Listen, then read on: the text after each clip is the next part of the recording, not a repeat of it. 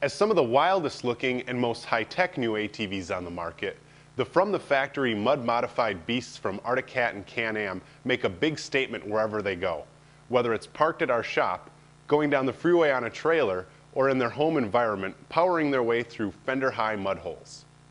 Yes, they're some of the coolest quads money can buy, and we gathered up the Arctic Cat Mud Pro 1000 and its all-new challenger, the Can-Am Outlander 800R XMR, for a down-and-dirty test in a custom-made ATV mud pit.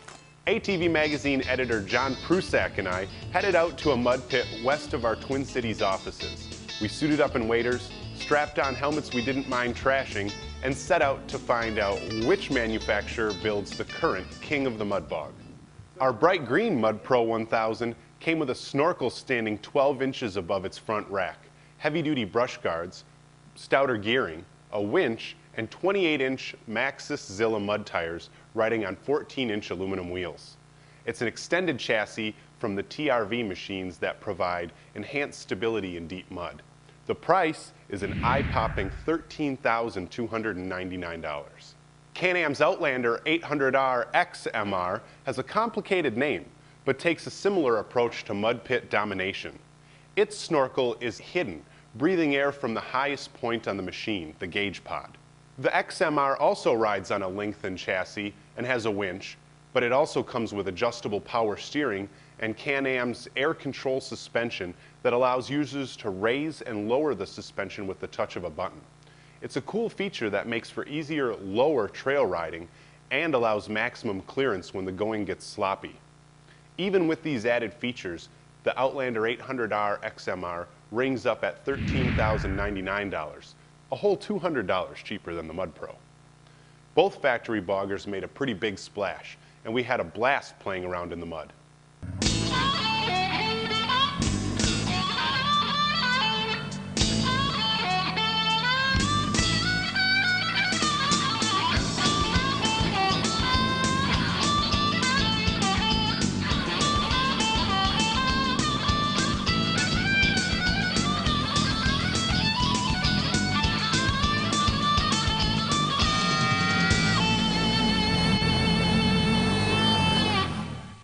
At the end of a full day's riding, we felt that both quads can handle the mud much better than a stock machine. But the XMR is more adjustable, easier to ride on hard ground, and has replaced the Mud Pro as the new king of the swamps. More features and a bit less money never hurt anybody in a comparison test.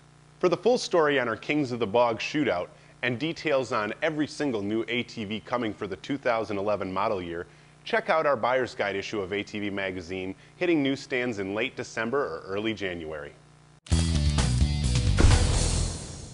Might be hard to see, but this is Buddy the dog. This is how we actually dug the entire mud pit. One clump at a time. Here he comes. He's very organized, which is very helpful out here.